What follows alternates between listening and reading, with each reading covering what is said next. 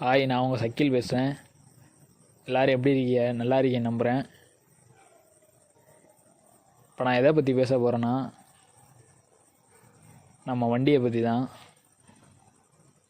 R15M உண்மையாகவே super வண்டிங்க. நம்ம வண்டி மாதிரி எந்த வண்டியுமே மைலேஜ் கொடுக்க முடியாது. R15நாலே தனி மைலேஜ் தான். வண்டி கொஞ்சம் குனிஞ்சு ஓட்டினாலே வண்டியோட பெர்ஃபார்மன்ஸு, மைலேஜு எதுவுமே ட்ராப் ஆகாது. வண்டி ரொம்ப நாள் வச்சு மெயின்டைன் பண்ணலாங்க. அது நம்மளை பொறுத்து தான் இருக்குது. நம்ம வண்டியை வச்சுருக்கிறதுல பொறுத்து தான் இருக்குது. முடிஞ்சளவு வண்டியை சர்வீஸ் விட்ருங்க. அப்பப்போ 1000 கிலோமீட்ரு இப்போ புது வண்டி வாங்குறீங்கன்னா 1000 கிலோமீட்டரில் ஒரு ஃப்ரீ சர்வீஸ் வரும். அது விடுங்க. அடுத்து வர்ற அந்த 4 ஃப்ரீ சர்வீஸையுமே முடிச்சுடுங்க.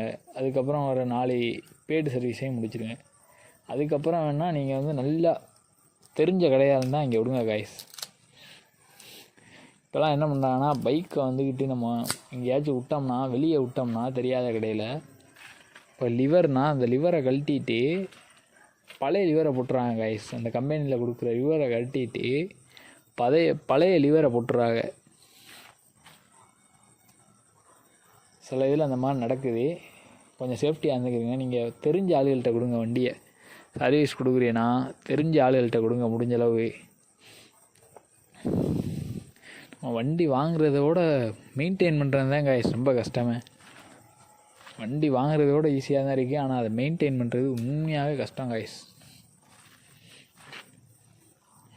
ரொம்ப கஷ்டம்தான். பெட்ரோல் போடணும், டயர் தேஞ்சுனா மாற்றினேன்.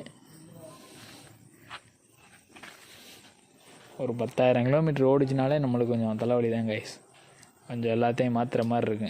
ஆனால் உண்மையாகவே R15 ஸ்மூத்தாக இருக்குது கைஸ். ஓடுறதுலாம் சரியான ஸ்மூத்தாக இருக்குது. இல்லை ப்ராப்ளம் சொன்னால் அது ஒன்றே ஒன்று தான். அந்த குனிஞ்சிக்கிட்டு ஓட்டுற மாதிரி இருக்குது. லைட்டாக அந்த ஹேண்ட்லலாம் பெயினாக இருக்குது காய்.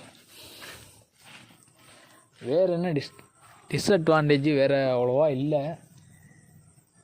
இப்போ அதுக்கும் ஒரு சொல்யூஷன் வந்துருச்சு. அந்த ஹேண்டில் பார் ரைஸ் பண்ணிக்கிடலாம். இப்போ ஹேண்டில் பார் ரைஸர்னு வந்திருக்கு. அதை மாற்றினீங்கன்னா லைட்டாக அந்த ஹேண்டில் பார் மேலே இருக்கிற மாதிரி இருக்கும். உங்களுக்கு அவ்வளோவா குனிஞ்சு ஓட்டுற ஃபீலிங் இருக்காது.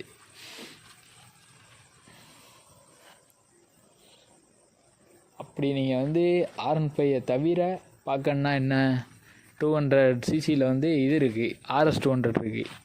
அது ஆனால் குனிஞ்சு ஓட்டுற மாதிரி இருக்காது. நல்லா நிமிர்ந்து ஓட்டுற மாதிரி தான் இருக்கும்.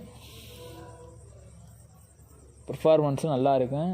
மைலேஜ் இதளவுக்கு கொடுக்கும்னா கிடையாது, ஆனால் மைலேஜ் நல்லா கொடுக்கும் காய்ஸ். அது ஒரு ரேஸ் ஸ்போர்ட்ஸ் பைக்கு R15 மாதிரி. NS பார்க்கணுன்னா NS நேக்கடு ஸ்போர்ட்ஸ் காய்ஸ். NSம் சூப்பரான வண்டி. NSக்கு ஒரு தனி ஃபேன் பேஸே இருந்துச்சு கொஞ்ச நாளைக்கு முன்னாடி.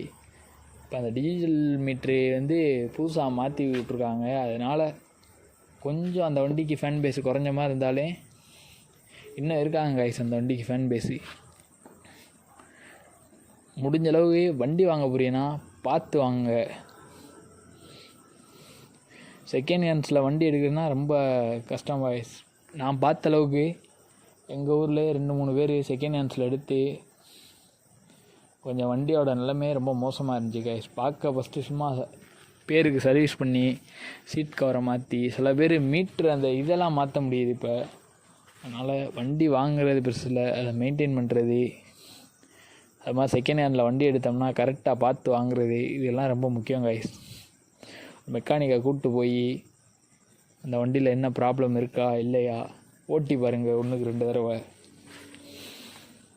எங்கேயாச்சும் ஆயில் லீக்கேஜு அந்த மாதிரி ஏதாச்சும் இருக்கான்னு பாருங்கள். டயரு புதுசு மாற்றி தான் கொடுப்பா நம்மளை கவர் பண்ணுறதுக்காண்டி. ஆனால் நம்ம இதெல்லாம் பார்த்து வண்டி வாங்கினேன். வண்டி அவுட்லுக்கை வச்சு மட்டும் இது பண்ணக்கூடாது. இப்போலாம் மாடிஃபைலாம் பண்ணிடுறா. கீழே விழுந்தாலும் நம்மளுக்கு தெரியாத அளவுக்கு மாடிஃபை பண்ணி வண்டியை கொடுக்குற நிலமை ஆயிடுச்சு. அதனால் நம்ம ஒரு வண்டி வாங்கினோம்னா பார்த்து வாங்கினேன். இப்போ நம்ம இனிமேல் என்ன வீடியோ போட போகிறோம்னா ஃபுட்லாக் வீடியோ போடுவோம் கைஸ். ஃபுட்லாக் வீடியோ, எங்கேயாச்சும் ட்ராவல் போகிற மாதிரி வீடியோ, இந்த மாதிரி வீடியோ போடுவோம் கைஸ். நம்மளுக்கு கொஞ்சம் சப்ஸ்கிரைப் பண்ணுங்கள், சப்போர்ட் பண்ணுங்கள். தமிழ்நாட்டில் முக்கால்வாசி நம்ம மக்கள் தான் நம்மளை டெவலப் பண்ணி விடுறதே. நம்ம மக்கள் நம்மளை டெவலப் பண்ணி விட மாட்டாங்களா? நம்ம மக்கள் இருக்க வரைக்கும் நம்ம எப்படியோ ஃபேமஸ் ஆகிடலாங்க. நம்மளுக்கு என்ன, நம்ம ஃபேமிலி இதுக்காக முடிஞ்சளவு நல்லா முடிஞ்ச ஹெல்ப்பாக பண்ணுறேன் கைஸ். முடிஞ்ச கண்டென்ட்டை போடுறேன், முடிஞ்ச அளவுக்கு போடுறேன். நம்மளும் ஒரு காலத்தில் பெரிய ஆளாகணும்னு நம்புகிறேன். ஹெல்ப் பண்ணுங்கள் கைஸ். கொஞ்சம் சப்ஸ்கிரைப் பண்ணுங்கள், லைக் போடுங்க, நம்ம வீடியோவை பாருங்கள். தொடர்ச்சியாக வரேன், கொஞ்சம் சப்போர்ட் பண்ணுங்கள் கைஸ். Thanks guys.